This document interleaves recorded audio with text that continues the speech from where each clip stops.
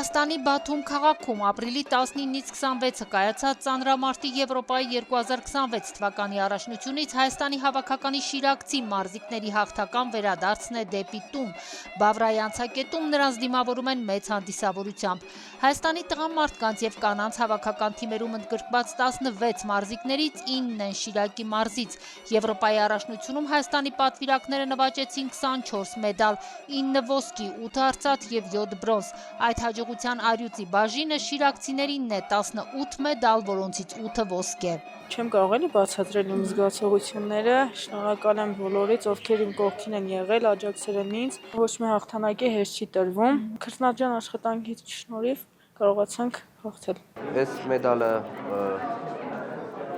օբշի սումմայի համար է, երկամարտի համար է, այս մեդալը ռիվոկի համար է։ Այս մեդալն է հարուն վարժության մեդալն է։ Շիրակցի մարզիկներից Էմմա Պողոսյանը, Գարիկ Կարապետյանը, Վարազդատ Լալայանը հռչակվեցին Եվրոպայի չեմպիոններ։ Փոխչեմպիոնի կոչման արժանացան Գառնիկ Չոլակյանը, Ալեքսանդրա Գրիգորյանը եւ Արա Աղանյանը։ Աննա Ամրոյանը ոսկե մեդալ նվաճեց հրում վարժությունում։ Ընդհանուր առմամբ մեդալների առումով շատ գոհ ենք։ Անցած տարվա համեմատ քաշային կարգերի նվազում է տեղի ունեցել, բայց մեդալների քանակով չենք զիջում եւ կարևորը այն է, որ անցած տարվա 2 ոսկին արդեն